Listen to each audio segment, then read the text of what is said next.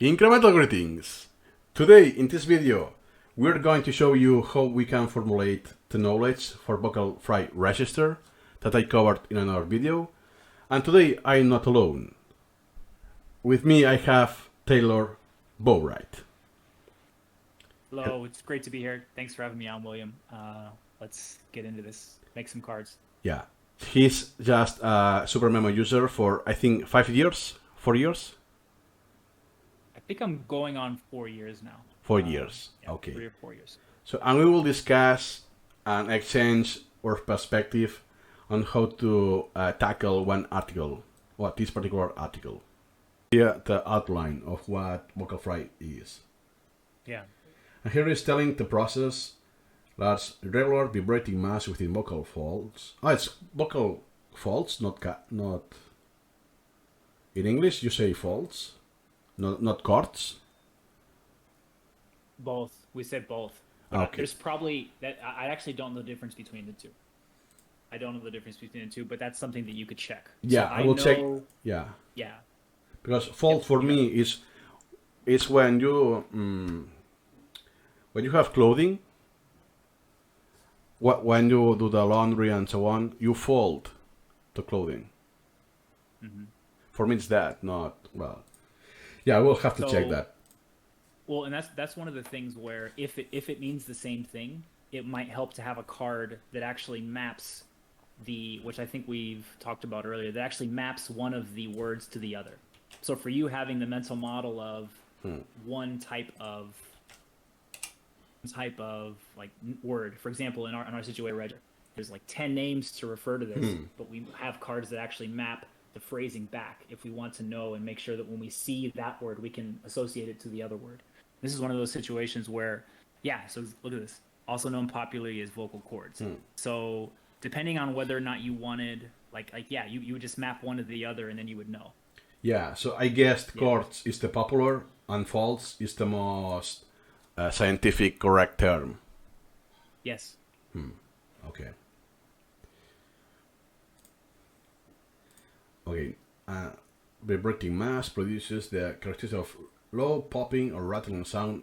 If you notice, it's telling this almost the same as Yes. before.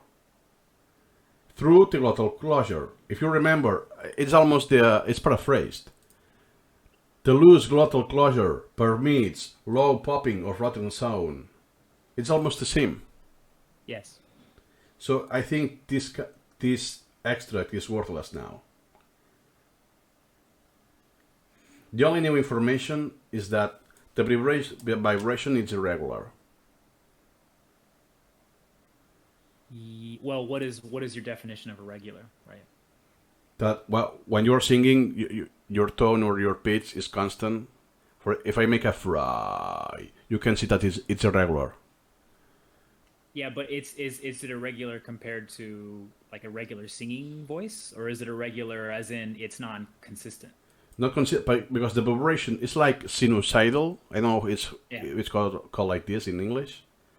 It goes up and down, and it's repeating the sequence. I see. Yeah, I see. Yeah. One silly question is that, are you able to do the fry consciously? No, no, I can't. So if you want to do fry, I think yeah, I can do it. I can do it. okay. So the point is that you can do it, but you don't know what needs to be done in order to produce it. Yes. That's actually Well, interesting.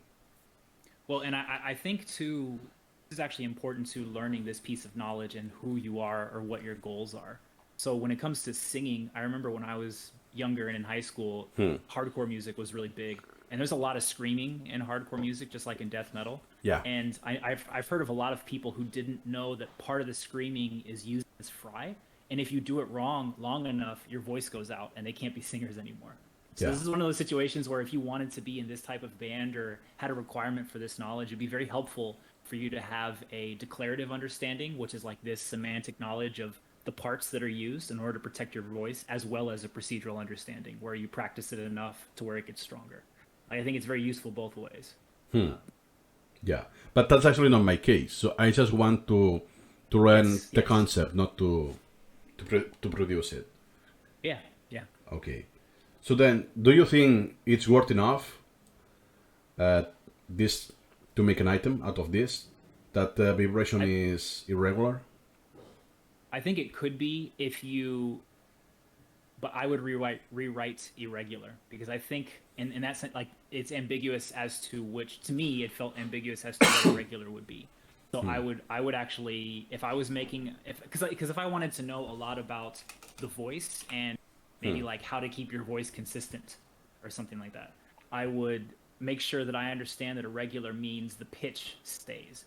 So for example, I'd have another card where if I said, when we talk about the vocal fry and we say that the vibrating mass inside the vocal folds is irregular, what does that mean in regards to pitch? Or how does that influence the pitch of the voice in that register? And then at the bottom, and that would be my first reformulation, but I got a feeling I'd have to reformulate it to something simple like, oh, in the vocal fry register, does the pitch remain constant, or how consistent is the pitch?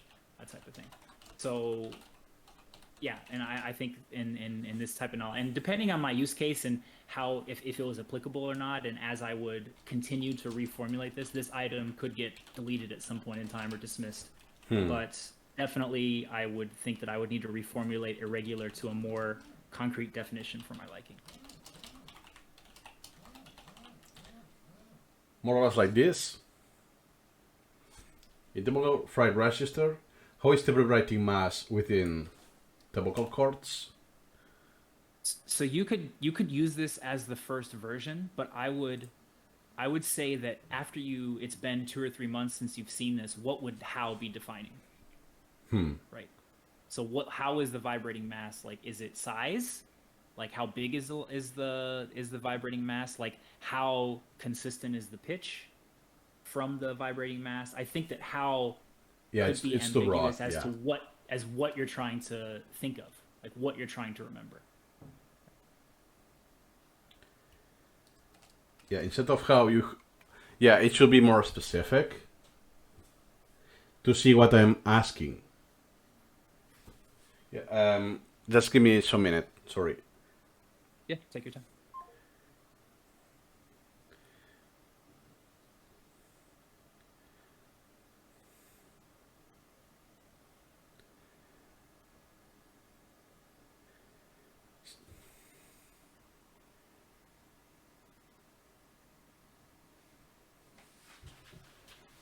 Toma. Tendré que editar más el vídeo, ¿eh? ¿Vale? Sí, sí. Okay. I will just edit that out of the video. Yeah, typical fry register. Instead of how, we can be more concrete, more specific. So I can get what I'm asking in 4 months. And if it's regular or irregular, how you describe this? What's the term that it's common? Hello? Yeah. Yeah, no, I'm here. I'm definitely I'm trying to think because I was thinking, well, consistent, but that doesn't really mean consistent. I think for me, it's ambiguous what irregular is referring to still. So if you would say the vibrations are irregular, right? Like I guess irregularly vibrating, I don't even know if vibrations are regular. Yeah, I don't have a good concept of vibrations being regular means. Like I would try to say like the frequency of the vibrations or the pitch or something more concrete. I need to really look at me regular in this. Yeah, like what's a regular vibration, right? That'd be one of my first questions. Yeah. Oh man. Okay. Oh, you cannot download PDF in Internet Explorer? I bet you can, but you have to. Oh, that's so ancient. Okay. You should be able to display it, right? Inside the browser? Yeah. Okay, so the lesson here is that it's too soon. So I won't do the close the lesson here. I will wait. Yes.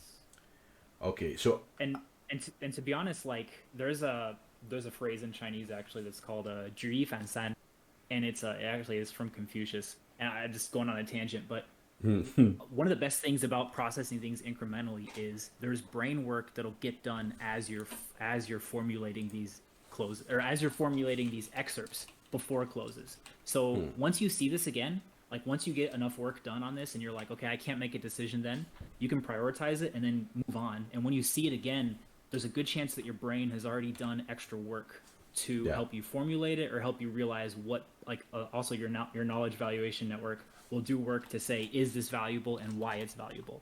So as long as you're staying, yeah, exactly, or you can add comments too.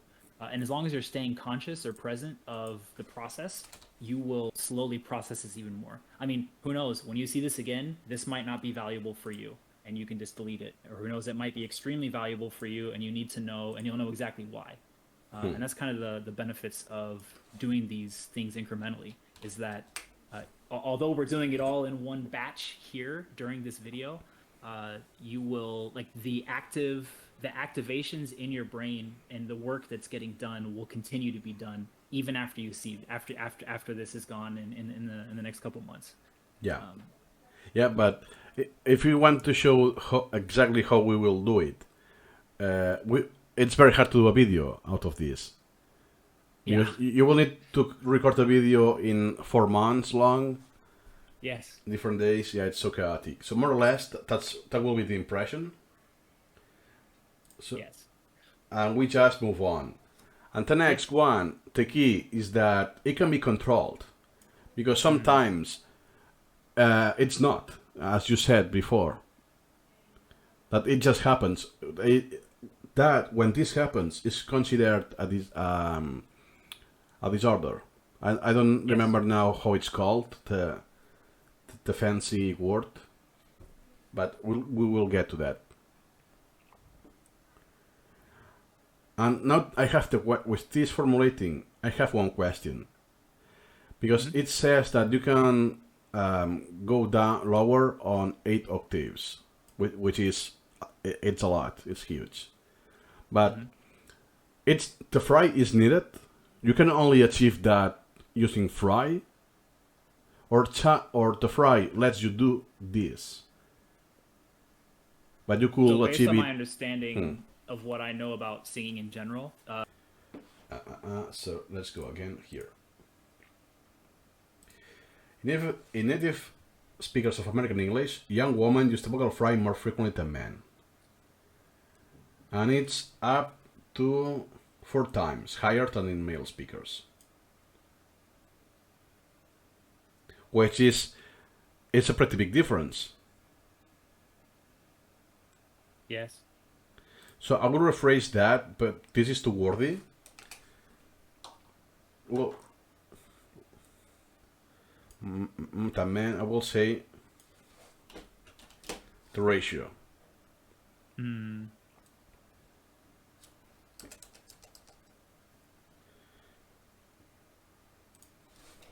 More time, or something like that. More times.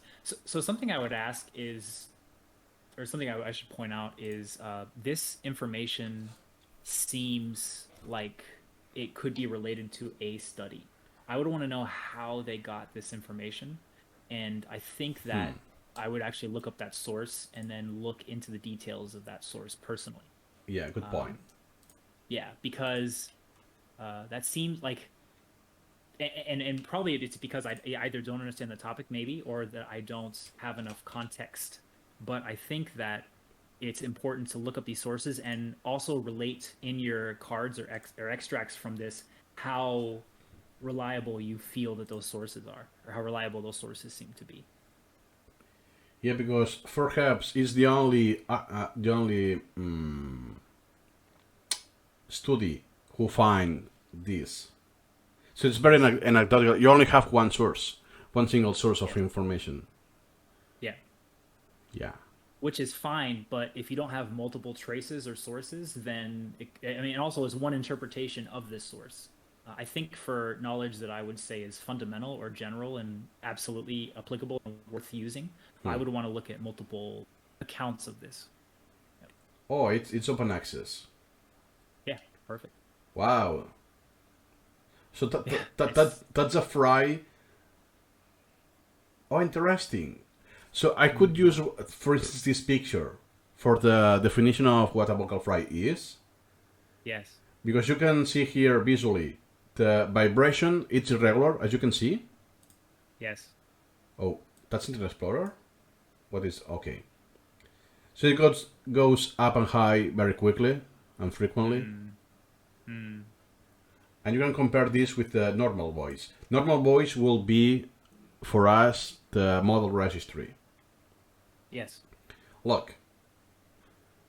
It's like when you are editing the sound in Audacity and you want to increase the volume, which I did, for instance, with the podcast we did. I did that, so it's more or less equivalent of a fry, more or less. Yeah. Yeah. With the frequency. Oh, I will save this picture. Copy that. And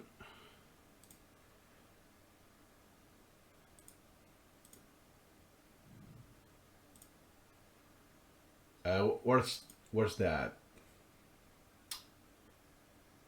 Oh my god.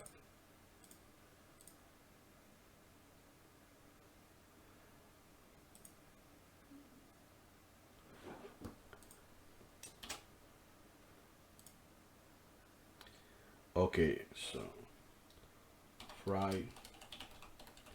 Now, how do I resize that? What? It only copied this frag. Yeah, I think it only copied that amount. I actually like to use the snipping tool, and I just make my own. Oh man! But so, yeah, I will do this later on, because I use this with Firefox. I don't work with pictures with Internet Explorer. Got you. Yeah, but something else you might want to do too, depending on, I guess, how you want to process this, or how, like, if you were a sound editor and you wanted to make sure that you could maybe remove these parts of fry or kind of clean them up a little bit. It also might be helpful to be able to recognize from this type of graph what a vocal fry looks like. Yeah. And so that might not an image occlusion, I guess not technically an image occlusion card, but having some type of card where you have an image and then the question would be, like, this image spot the area of the vocal fry. And then the answer could just be an image of where the area is, so you can recognize the difference between two different registers. And that's actually interesting for me. I will do that. For instance, I do the amplify to make the sound more audible. Yeah. And I will check if there's something here in Audacity for fries. Yep.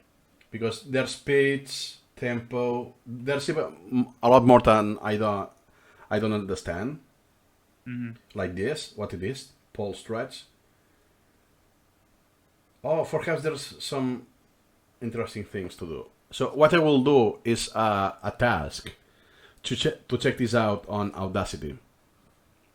Yeah, and so with sorry, yeah, I wasn't sorry to interrupt. With this type of information, I actually use this type of concepts a lot with if I'm learning some type of math or programming. So a lot of people might think, I think having an intricate knowledge of what each of those functions, or at least the important functions inside of Audacity, can do to sound is very helpful, even if you don't know how they're doing it exactly. So for a sound engineer, it might be important to realize that there might be some concepts like, and I don't know a lot, but like a vocal fry is negative to sound quality. And so if I use this type of functionality in Audacity, it will edit this part of the sound wave in a certain point in time. And so with me just looking at the sound wave in Audacity, I can even check and see, oh, this section is not going to be as good as other sections. Have kind of at least a general valuation of what needs to be done to a sound clip in order to make it sound well. Yeah. And not only that, I will apply this knowledge for editing. Because I noticed, at least with my voice, I can recognize the waves when I'm when I'm thinking, this kind of thing.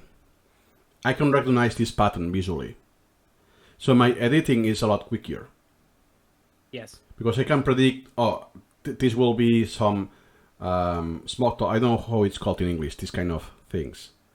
Filler words. Filler. Okay, yeah, fillers. Filler words. Yep. So it's very easy. If I can identify the fillers, I can get rid of them when editing. Yes. And I could do even the same with fries. There's a fry there. Yes. Yes. Nice. So now back to the topic. Yes. It's enough to remember this fact that women use vocal fry 4 times more than men. No, only the native speakers.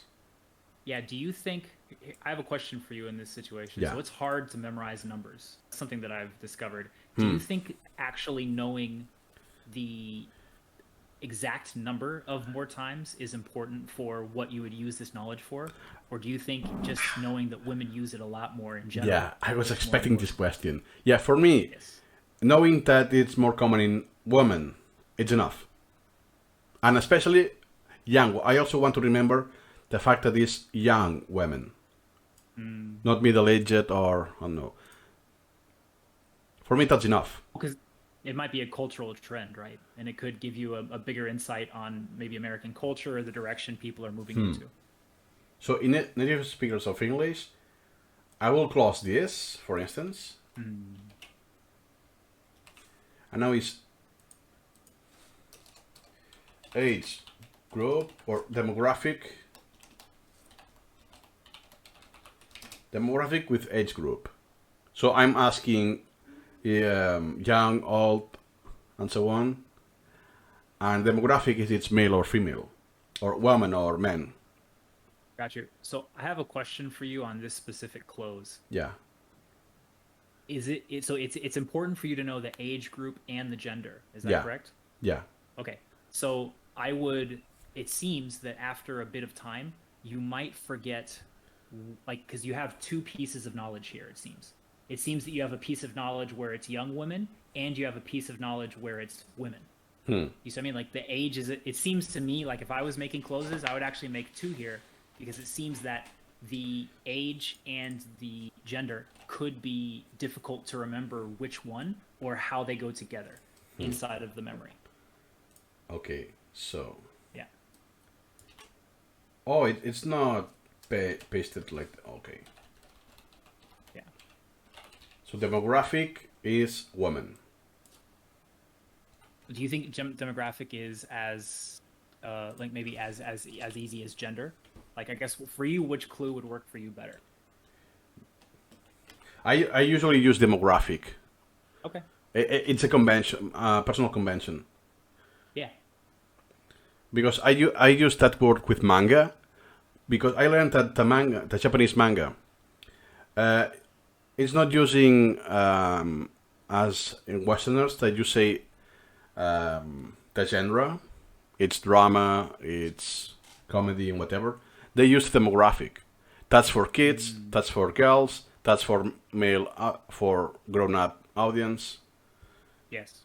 And when I learned that, is I can use this when it's out of context with Japanese, with demographics. For me, it's working. I could use gender, and I will get that. But usually, gender for me, it's more. There's a social connotation. Yeah, so it could be a social connotation. There's a lot of information packed in there too, right? Yeah. Like For me, the definition of gender. for me, the demographic is more descriptive. Okay, that's fair. Yeah, I don't know if you see the difference. I think for me, my understanding of gender is increasing, but I don't have a very strong base of knowledge in that. So for me, a gender would be just how people identify, I guess. And so for that would be yeah. And so I have a very shallow understanding of gender. And growing up, how I grew up to just, I don't have a good or very broad understanding. It's something that I could use to learn more about. But for me, I think I would use, I might even use, I don't even know. So it would be, there's a lot of, I guess there's a lot of information packed in there. Yeah. And for instance, I leave the 4 here because this is passive review. Okay. So if it's more or 4, since I won't make an effort to minus the number, it doesn't really hurt. Yes. Oh, yeah, for sure. Yeah. And this is only for American English, which is the one I'm interested in. So that's why I'm doing this. If it was, let's say, I don't know, New Zealand English, I won't make any extract of that. I see. So since you are mostly learning about American English anyways, it's Yeah. not as important for you to know that in that type of English is where it happens. Yeah, exactly. Perfect. Okay, so moving on. One other extract is social implications. And I made two extracts out of that. Yeah. So first is another study have found that young adult before they said young women, now they say young adult women. What's the difference? So, in my understanding, if someone says woman, I would assume that it means someone who is over the age of 18. That Okay. could be, once again, that could be a shallow understanding of it, but based on how I've heard it before, like someone would say like teenage girls or teenage women. If it, like they'd either say that or they would say girls if they're talking about children.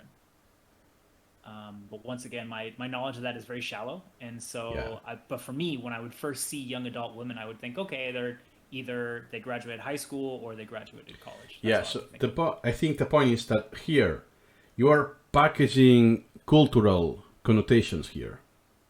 Yes. Because I think in USA you are the age coming of age is 21 or 18. Yeah. So you're legally an adult at 18, but most people would say that, I guess, being a full adult would be like 21, 22, where you can drink. Okay. It's kind of like the litmus test. And I also guess that it depends on the actual state, that it may vary slightly. Yeah, it varies. Some things vary, some things don't. So the age of, I guess, like alcohol and now marijuana consumption, depending on state, is 18 usually. It's almost always 18. And you can join the military at 18, so you're able to make very serious decisions at 18. I think that's federal, so I think that's nationwide.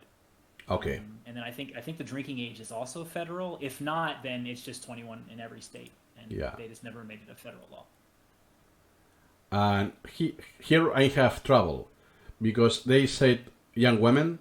I'm making an assumption, and then young adult women is that they are specifying. This implies more age than before because they are adding adult. So I only have I only have one. It's called when it's not absolute. One relative. That's relative. Is okay. I know this is implying older than before, but even though I don't know how old is that. For me, women implies more age. For me, 18 is not a woman. Okay. But I live in another culture. That's why it's I'm having more semantic distance here. Yeah, and to be honest, at least so in other cultures too, like even here in Taiwan, I think the definition of what a woman is, or when a person becomes a woman, or when a person becomes a woman, I think it's also a different concept. Yeah, and I think and so I actually don't know. I think this ambiguous in Wikipedia because you don't know who wrote it and what they're trying to generalize that concept. Yeah, but at least you have here, since it's a study, you have, because I deleted, you have the link to the receipts paper, and then you have the actual age. Yes. But before deciding if this is worth it or not to do it, is that the point is that they are perceived less competent and less hireable. So this is a study that I would definitely double check. And the reason is it seems that less competent and hireable are very subjective. And I would want to see how they did their research and to know whether or not we can say, oh yes, because it depends, like industry maybe, and who did they get? I mean, if I'm not even an owner of a company, but if they ask me if someone's hireable, my impression of that could be 100% different than someone who's actually a hiring Okay, it's manager. number 11. I think it's the same one. The same we opened before. Yes. It's exactly the same, which is open access. Yeah. And so you know what? I would actually, I would read through. Oh, look. If I was and I would say, hey, there you go. In this demographic, right? Yeah, and it's using demographic, the same word I used.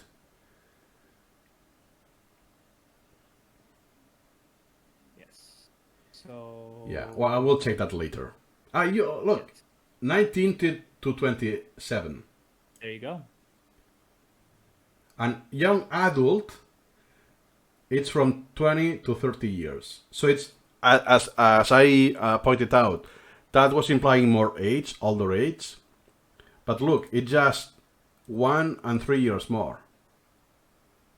Yeah. Do you see what they had them say? All they had them say was, thank you for considering me for this opportunity. So based on my experience with interviewing for a job, I would hope that the interviewer does not judge my hireability just based on the phrase, thank you for considering me for this opportunity. Yeah. I think that's very unfair to anyone, let alone to these demographics of people. It's because it's very little. So with one short sentence, you are judging the hireability of the person.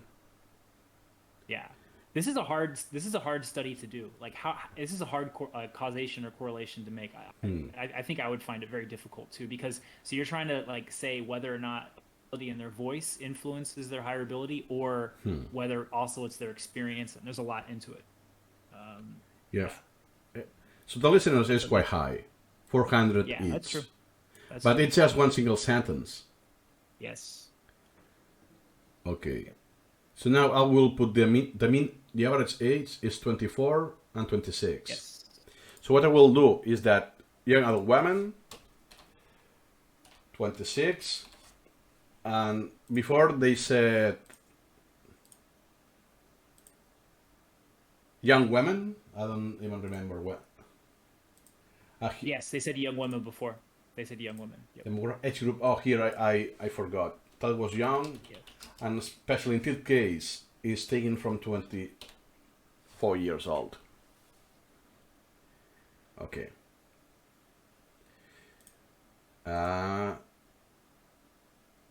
Here. We were here. Now the question is, okay, so here the point is that the Fry register is throwing some kind of bias.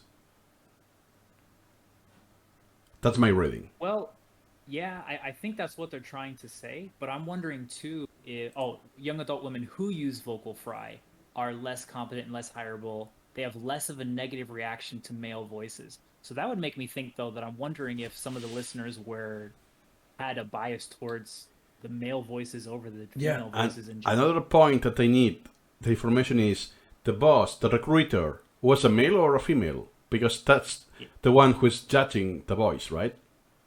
Yeah, and there's a lot of stuff that goes in. Like, I would assume, I'm surprised, and I would need to read the study, they didn't compare women who used vocal fry and women who did not use vocal fry. I mean, there's been a lot of studies that have shown gender bias in general, right? Which is crazy, which I think is a point to make, and it's been made in some places. But I think that if they're not comparing versus vocal fry and not vocal fry, it doesn't seem like they've isolated the correct variable.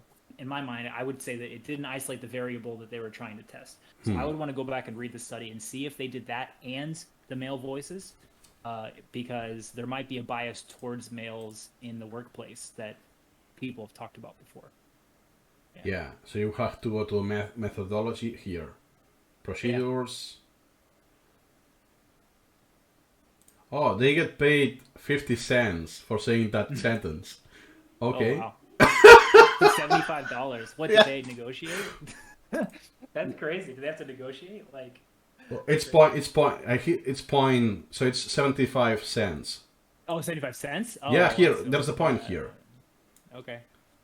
Maybe it's too little in the screen. Yeah, there's a point. I didn't see. Yeah, I see it. Oh, they put it in a different spot too. Yeah, it's 50 cents. Well, it just takes 5 seconds to say it out loud. That's true. Yeah, I will read it.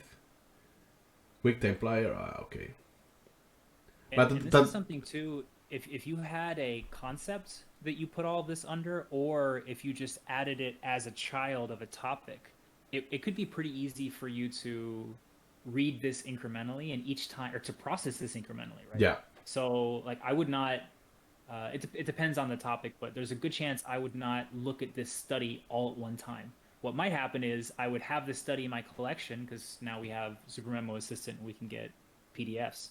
And I would process this incrementally. So I would say, like, I would look at the study, and then I would maybe I would add some questions in a note or something like that on the topic itself. And then when I come back, I would slowly formulate this and decide and slowly make a decision, or incrementally make a decision of how important this is.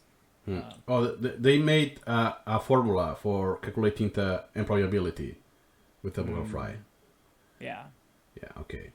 So it's something made up for calculation. But the thing is that here I don't need to rely on PDF because it's open. Yes. I can use the HTML. So what I will do... Oh, yes. That's a good point. Just import it right away. Nice.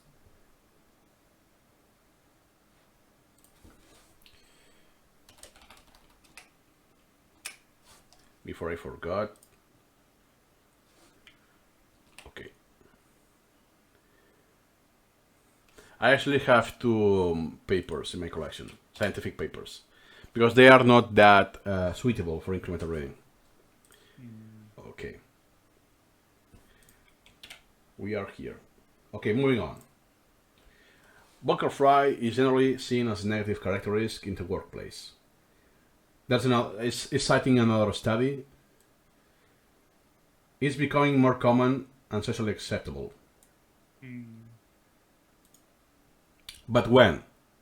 In USA, only for females, only in the workplace. Yep. It's too broad, so I will need to check that article once again. Yeah. Okay. And this is the beauty. I think this is one of the, and I'm going to get on my idealistic high horse, I guess. This is one of the beauties of processing information in Supermemo, is that you can check this stuff and you can slowly build your understanding. I mean, if I was reading this article, or if I read that in like a Scientific American, I might just immediately say, oh yeah, you know, I only see it once, and then that'll remain, because that's an easy thing to remember, is, oh, vocal fry is commonplace and people don't like it. But like, you're not actually looking at the research, you're not actually getting more sophisticated knowledge or detailed knowledge. I think that with processing things incrementally, your understanding is incremental as well, which is really nice. I'm trying to search that on the text. Oh man, I'm so stupid.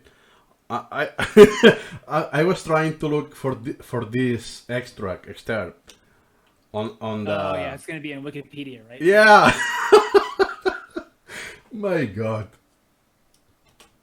It's been a long video. You're good. Yeah. Duke. Okay. Here, number 18. What crime may undermine success of your women in labor market? That's a lot of conclusion from one study, it seems. Oh no, it's two studies? No, it's one study. It's a lot of conclusion for one study. It's open. It's the same, or it's open? Yeah. It looks like it's the same one. Yeah, they have multiple links to that same one. Yeah, so I think that the Wikipedia article is heavily based, relying on this same article. Yeah, there might not be a lot of people who are researching vocal fry. I guess that, yeah. Which I think is very interesting. So in the book I was reading about the author who kind of cured his own vocal fry, he saw a lot of experts, and most people said, "Nothing, it can't work. We can't help you." Like, and when I say cure his own, I mean he did a lot of research and spent a lot of time looking for any steps he could take to improve his situation. And I think when, like, in this type of situation where there's not a lot of sources, it's very helpful to just incrementally start to learn about it and kind of help work on your own issues. Okay. And look at the beauty of processing this incrementally with time. Is that now I have seen that the study is providing you samples. Yep. So if I wanted to create an audio card to recognize what is a fry of what I have listened, I can make cards out of these examples. Yes. And I can guarantee that's the same person. Normal voice and vocal fry. So I don't get this from YouTube of random people. It's the same person using fry or not using fry. Yep. Wow. And I have up to 5 speakers? 6, 7? Oh my god. Many, How many many? speakers. So wow, they gave a lot of resources. This is a good 6. paper for So this. Like they I have a lot have of resources. up to 16 male and female with both normal and fry. Oh, that's a gold mine. Yep. And does this works in Supermemo, the WAV file? So I think it will, but I actually don't know enough. I actually don't know how to do local audio clips. Or no, I think it will. I think I do know how to do local audio clips. Yeah. Do you have a template? Yes, but I always use MP3. I mean, there are very easy ways to convert if you're interested in that. Yeah, but perhaps I can use this natively in Supermemo. I will check that. Let me see. Yeah, let me see. I can check right now. Because I think it's written inside of the description Okay. of Supermemo itself. Of like when you're importing audio, Hmm. it'll tell us that. Are you good on time? Yeah. Okay. Because we are discovering lots of more things that I I imagined. Yeah. So when you do the import for sound files in Supermemo, it says file of type, as in a potential file type you can use, and it has .wav. It has .wav, .mp3, .mwa, and more. .midi. It has quite a few, but I think waves work. Okay. I don't see where do you go? Import? So I would hold on. So I guess close out of this window and make a new item with Alt A. And so apply a template and look at audio. Yeah. Or sound. All right, and then click or hit Control Q on the sound element.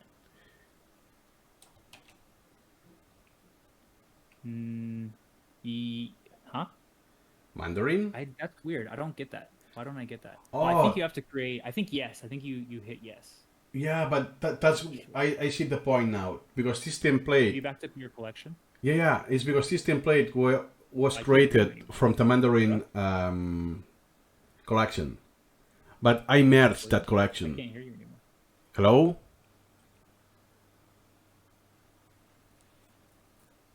Hello.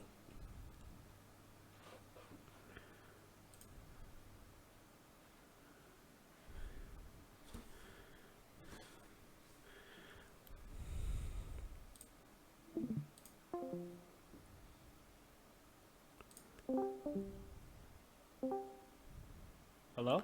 Hello. Hey, I can hear you now. Okay, I don't know what happened. I changed nothing. Okay. So, Okay. I was saying that that's one other old collection that I use Mandarin, and I think I created that template on that collection. Oh, okay. Because I merged that collection into the learning. I see. So go back to the template and look at a different template. Oh, see, there it is. Here. Yes. Wow. Okay. So, MP3. Yeah. I think so.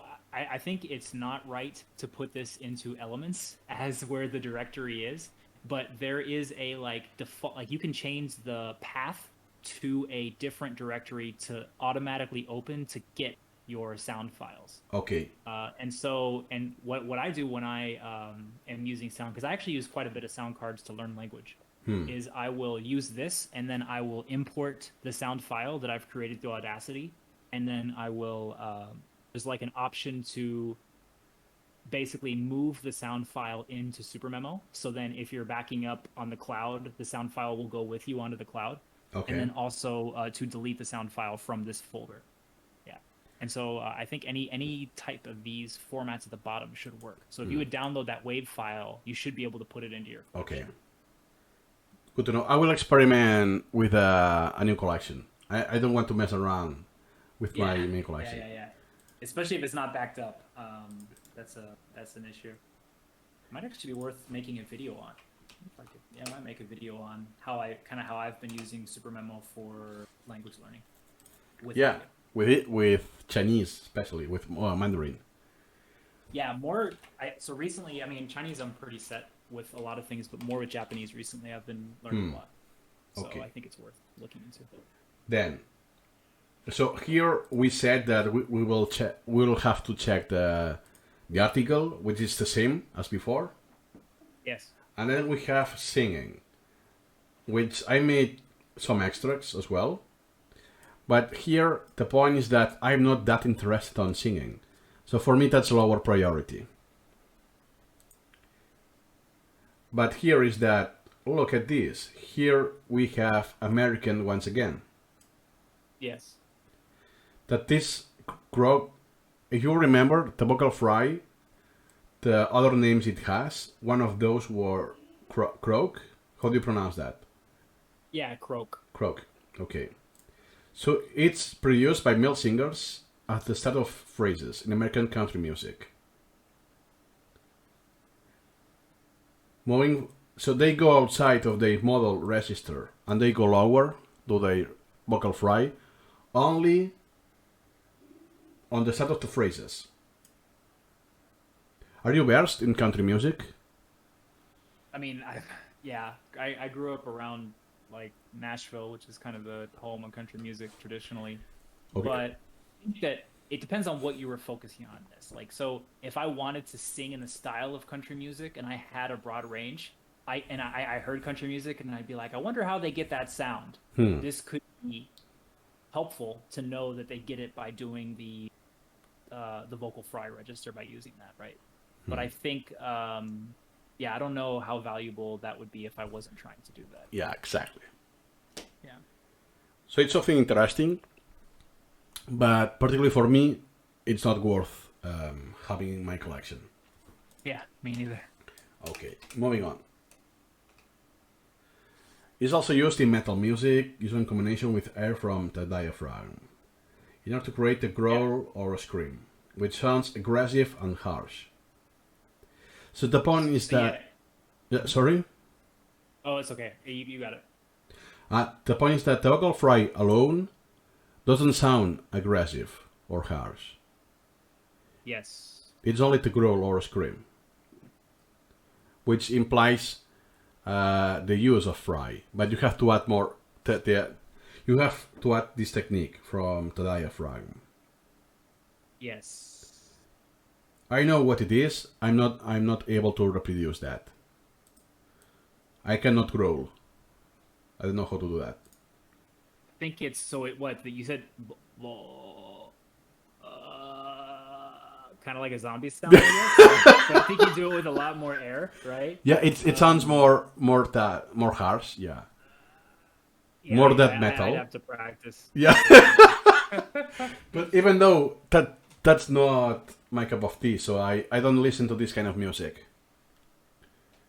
So. Yeah, so I don't either. But like I was saying before, it also is very important for people who want to sing it though, because I mean, there's you got to think that there's bands that literally sing like this, or this lead singer has to perform like this every day, like for like not every day, but maybe like let's say you're a semi-famous band or not very famous, and you're touring and performing 100 days a year. If you don't know how to do this right, using the air from your diaphragm and the growl, and you're just screaming, you won't be able to perform. Right. Yeah. So if I was a singer and I wanted to protect my voice, I think knowing this would be very helpful. Yeah, because you will damage your vocal folds. Yes. With an early retirement. Exactly. And it happens to a lot of singers who don't sing right. I mean, Aerosmith it happened to. It was happening to Freddie Mercury from Queen before he passed. I mean, there's a lot of... I think having this knowledge, and formulating this knowledge is very helpful for an informed singer who wants to do this professionally or semi-professionally. Okay, next one, choral music. Is when they because this is that there's a lot of people that are singing on at the same time, right? Yes. Okay, so when they have no singers available of the low registry, they use the fry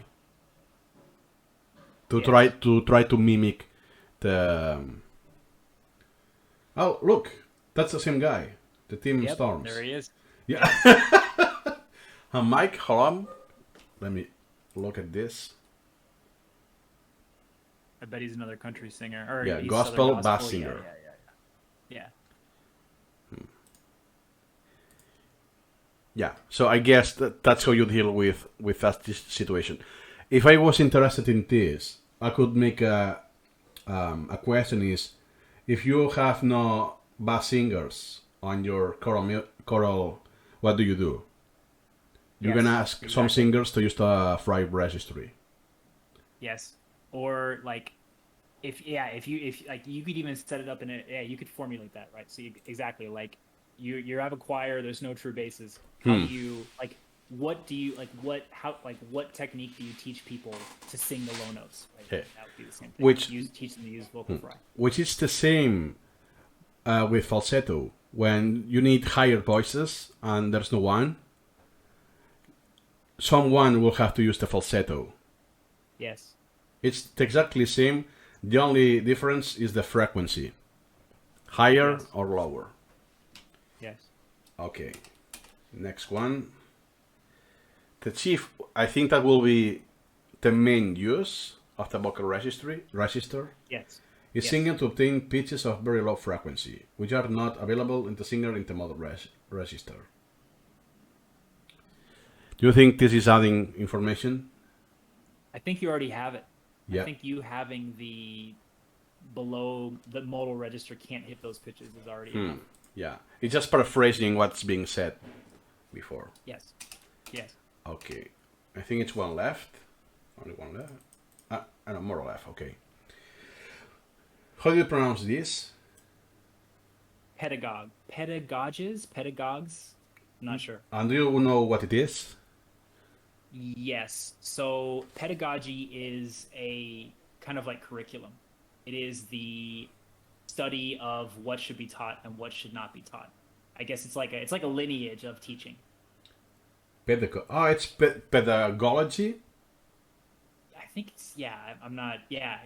Oh, Pedagogy. I'm not sure which one it is. Okay.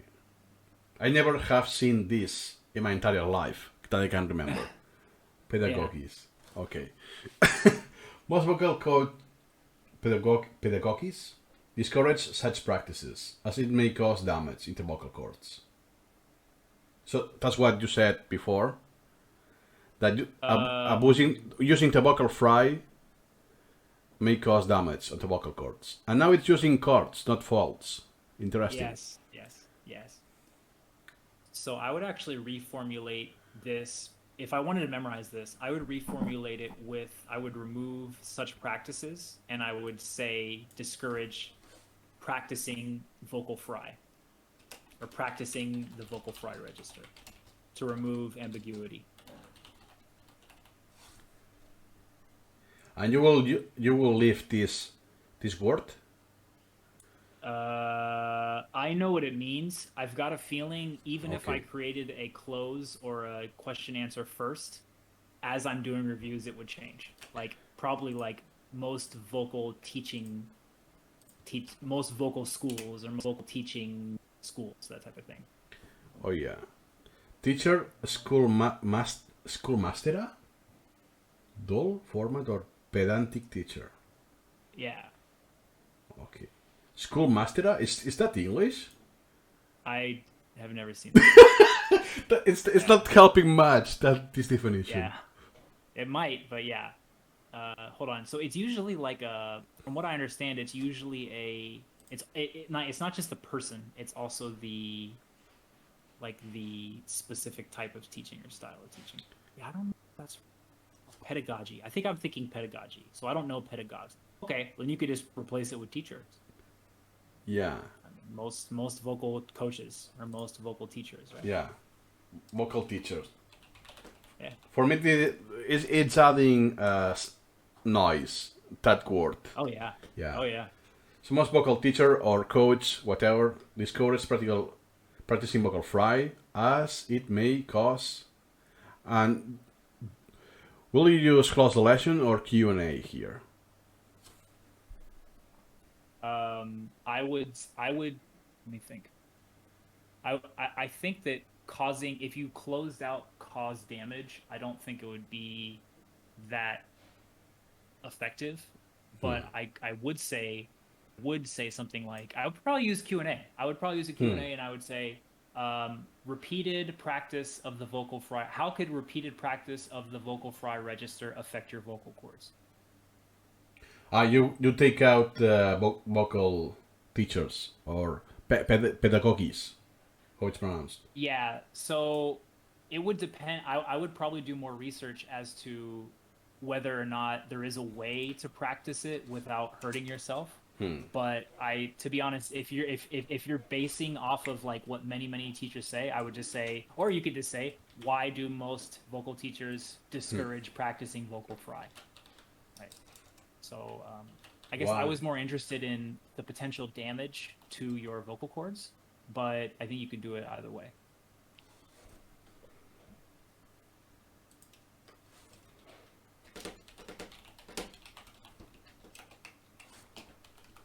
Like this, why do practicing vocal fry register is discouraged yet? Discouraged? Yeah.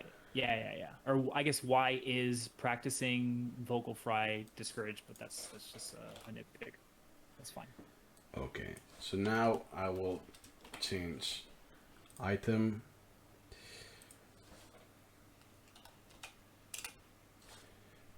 Okay.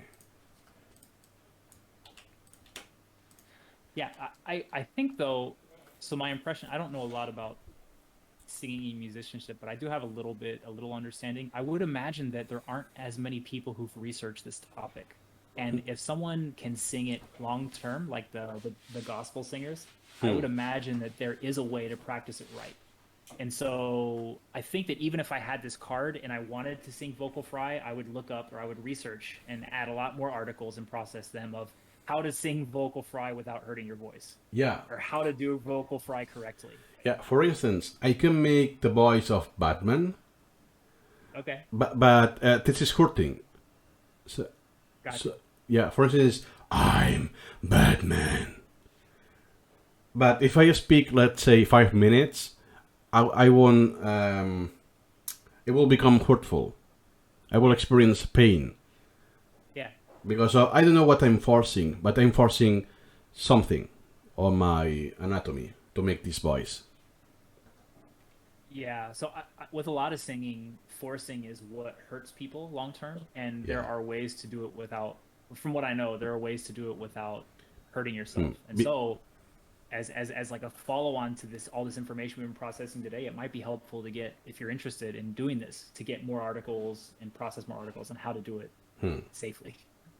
Yeah, because the point is that Christian Bale, which is the actor who plays the Batman, at least recently, he's only forcing the voice when recording the movie. That's it. Yes. So it's not enough exposure to hurt your voice. Yes. And you can tell but I would say it's someone like yes, you got it. Sorry. Yeah, it obviously it's not his voice. It's not his model register. Exactly, and for someone like Tim Storms, like who we learned about today, I'm sure that they have other techniques they use. Maybe they only use it sparingly, or they only do vocal fry sometimes, or they've learned how to train themselves to do it in a way that you don't get hurt.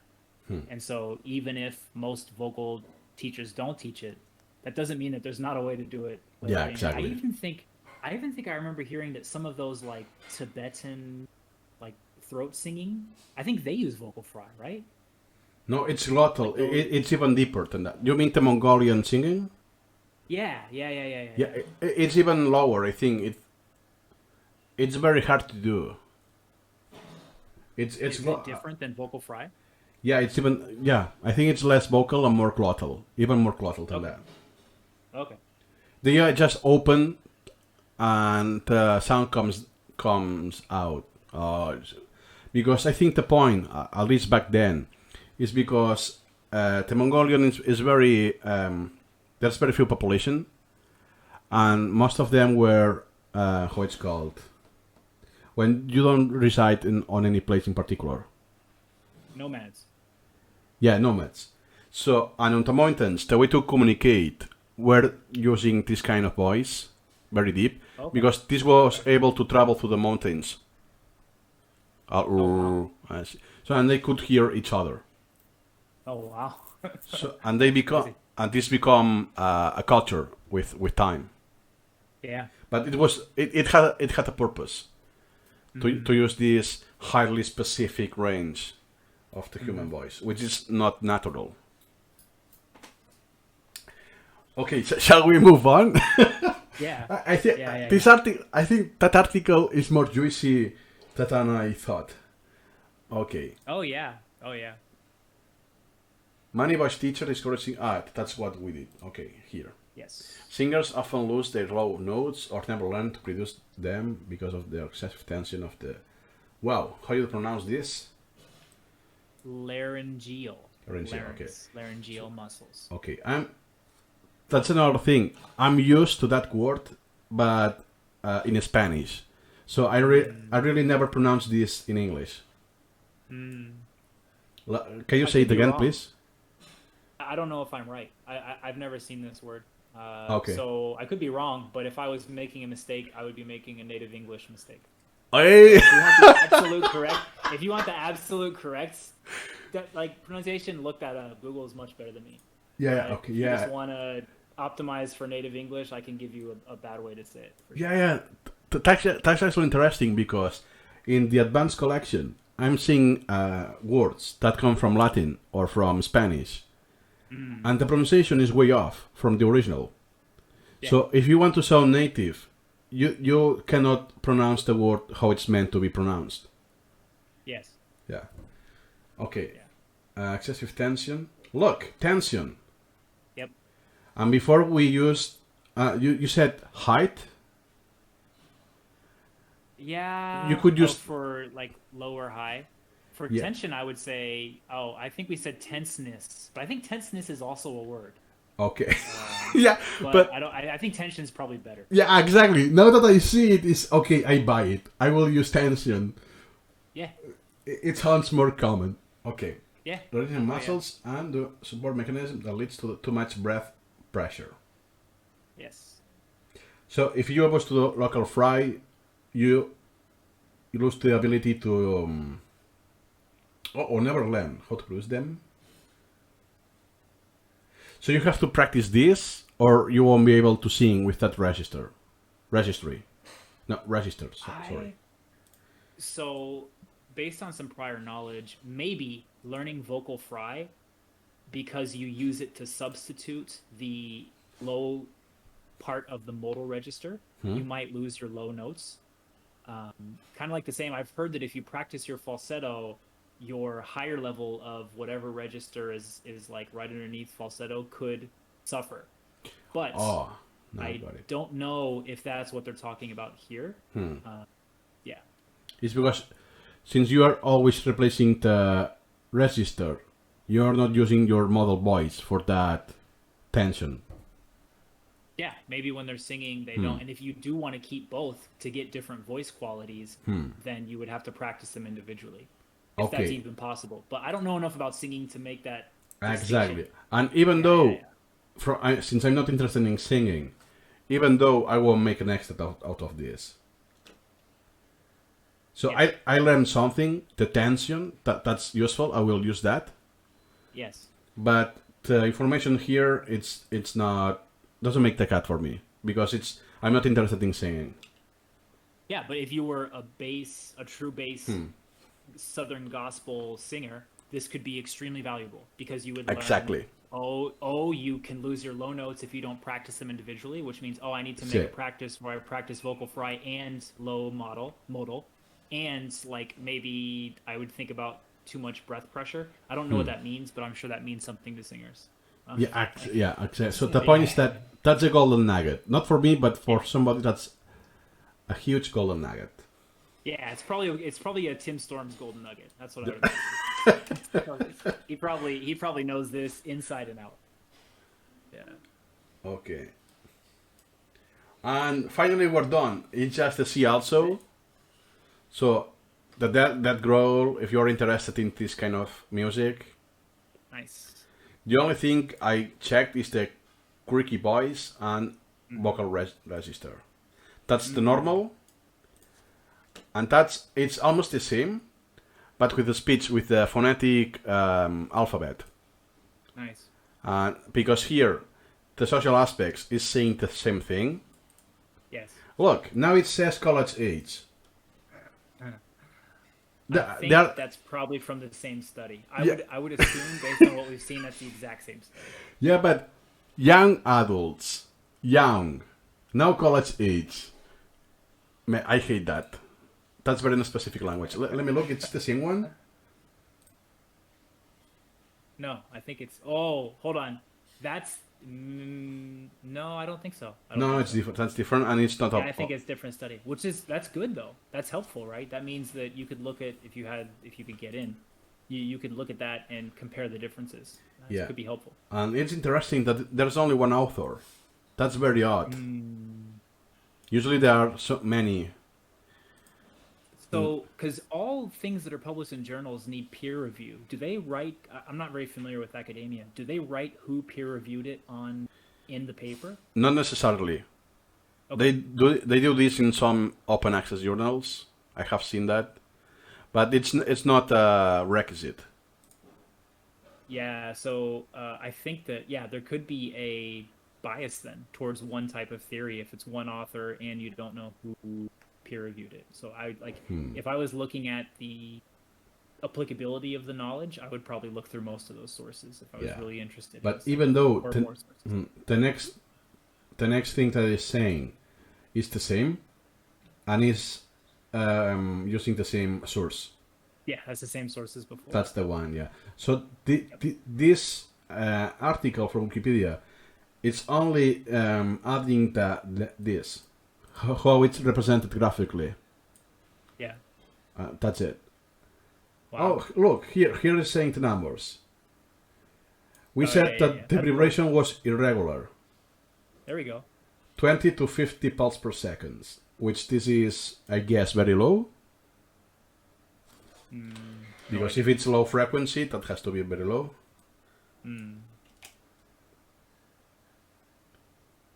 Nice. So that's the golden nugget for this article.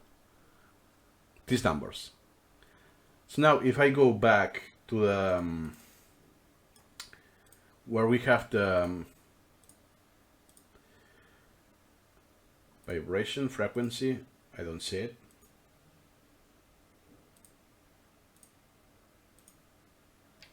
Perhaps I will have to use the search. But well, the point is that I will copy the number. It's not here. Oh my god. I will copy the number, use some of these, and that's pretty solid. Even though I wouldn't have this done in a single session, it will have been more incrementally. Yeah, you were saying?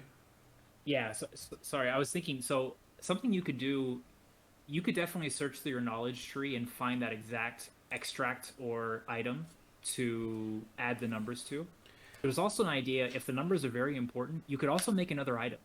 So I think if the number has jumped out to you as being important, that means that there's something in the knowledge that's important to you. And so if you make an item, even if the item is not in the correct place in the knowledge tree, I would say that there's a good chance that that item will still fit into your web of knowledge on this concept. And so depending on, I guess, why it's important to you or what you want to know about the number, maybe the concept of what is considered a regular frequency versus an irregular frequency. If you found multiple examples of this, you could make cards that would slowly, I guess, generalize over this, not I guess, you would slowly generalize over this concept. For example, if I had like we saw what it was, 20 to 50, it has vibrations per second, vibrations per minute, that's considered I think it's per second. Yeah.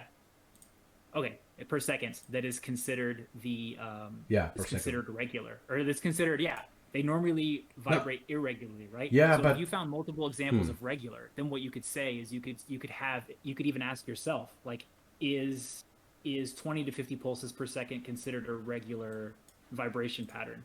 Now, I don't know where that would be applicable or how that would be applicable, but if it does fit into something you need, that could be a way. Just making extra items to record Yeah, these pieces of knowledge is exactly. a way to put them into the right section in your brain.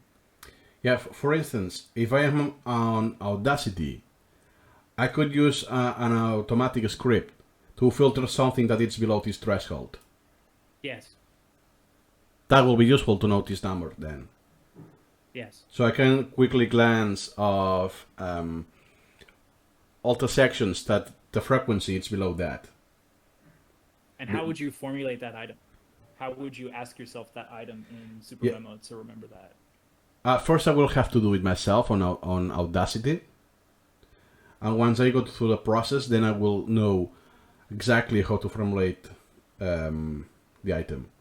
Right away, it will be, if I have to do it now, it will be more of a theory than the actual thing. Yes. Like a sort of a speculation. Yes. Another thing that I want to point out is that this frequency doesn't mean it's regular or irregular. It's about it's low or high. So you can have regular or irregular independently of the frequency. I see. Yeah. Do you want to add anything that we haven't covered with the fry? No, I think I contributed everything that I can. Anything else is beyond me. Okay. So the only thing, because I made one video about the vocal fry, was to memorize these alternate names. Yes. And for now, I think we only used vocal fry register. And that's it, I think. That appeared once, I think, that I asked you how it's pronounced. So let me check this out. And this. Sorry, I don't remember how it's pronounced in English. Larynx? I think it's laryngealization, I believe. Larynx. Yeah. I don't actually know either. Laryngealization. Yeah. I'm not sure. But for me, it's laringe in Spanish. Got you. Yeah. Which is spelled almost the same, but the pronunciation is pretty different. So we have seen this, because it's the anatomy, the human anatomy, and this is the process of doing that.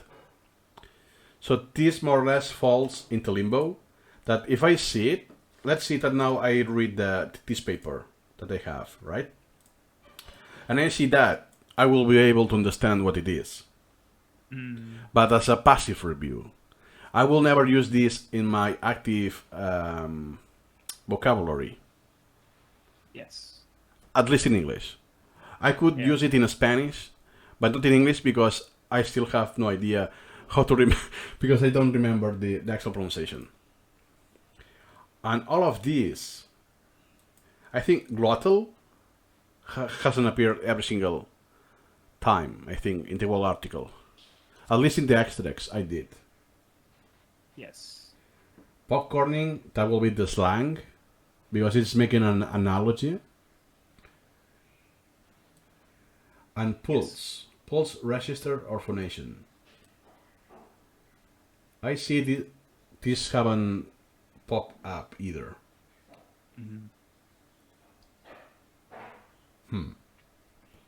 Now the question is that useful to know, all of this? Because if it's not... So the point is that, let's say that I want to memorize this, if I keep searching on the topic,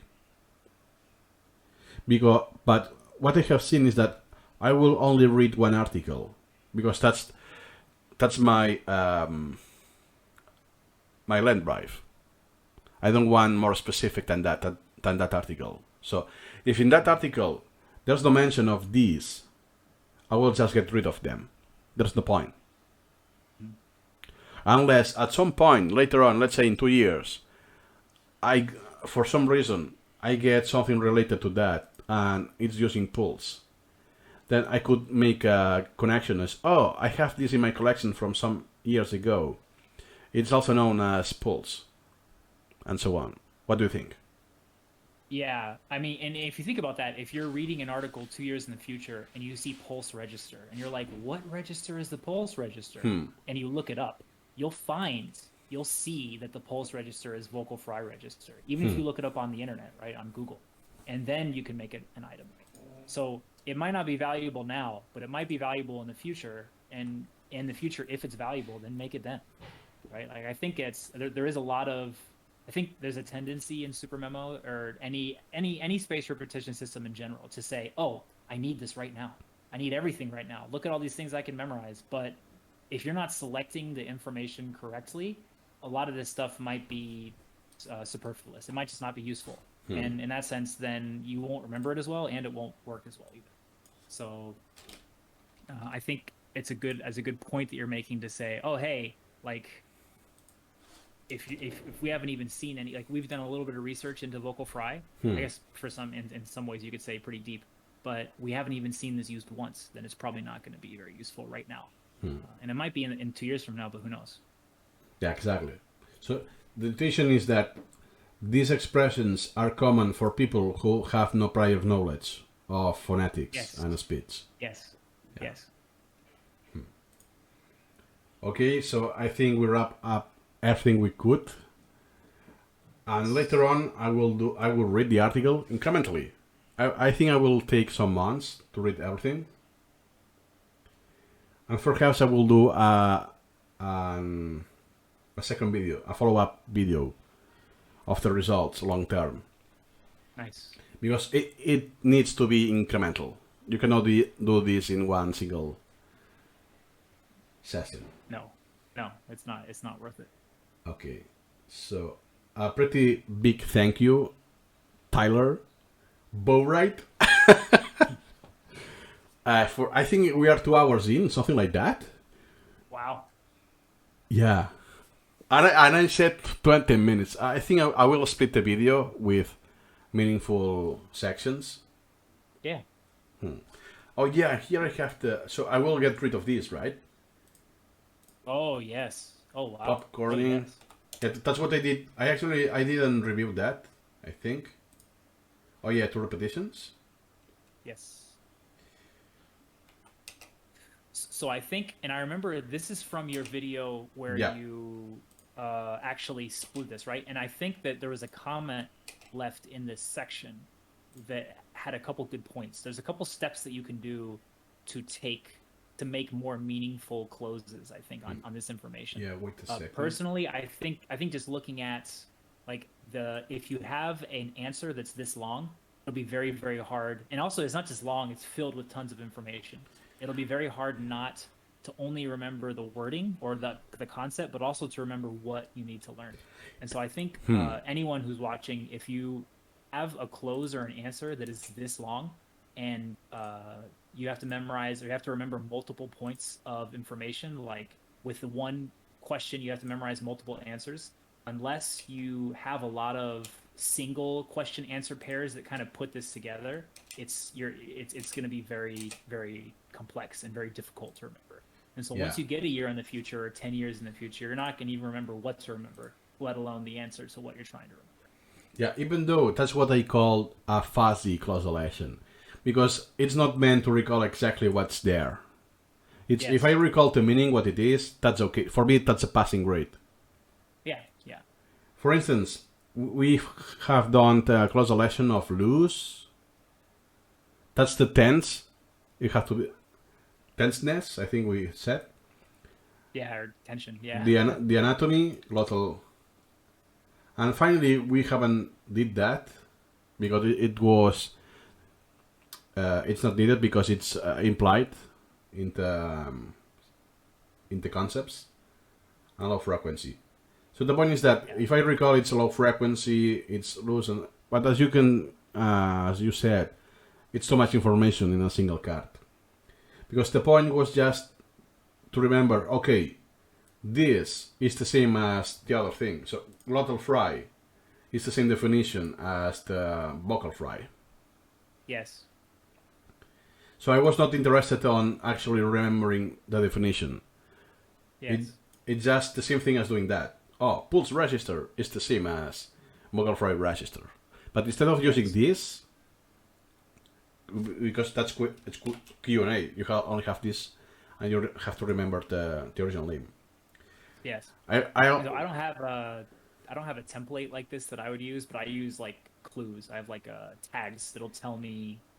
For example, like using it for languages, like the translation of English to Chinese or something like that, or just like some hints that'll tell me what direction I'm going in. Sometimes. Yeah, actually, you could say in prose that Yes. the vocal fry is also known as pa-pa-pam, or the vocal fry is an alternate name for what? Yes. For vocal fry register, but it's in prose. Yep. Okay, so nothing more to add.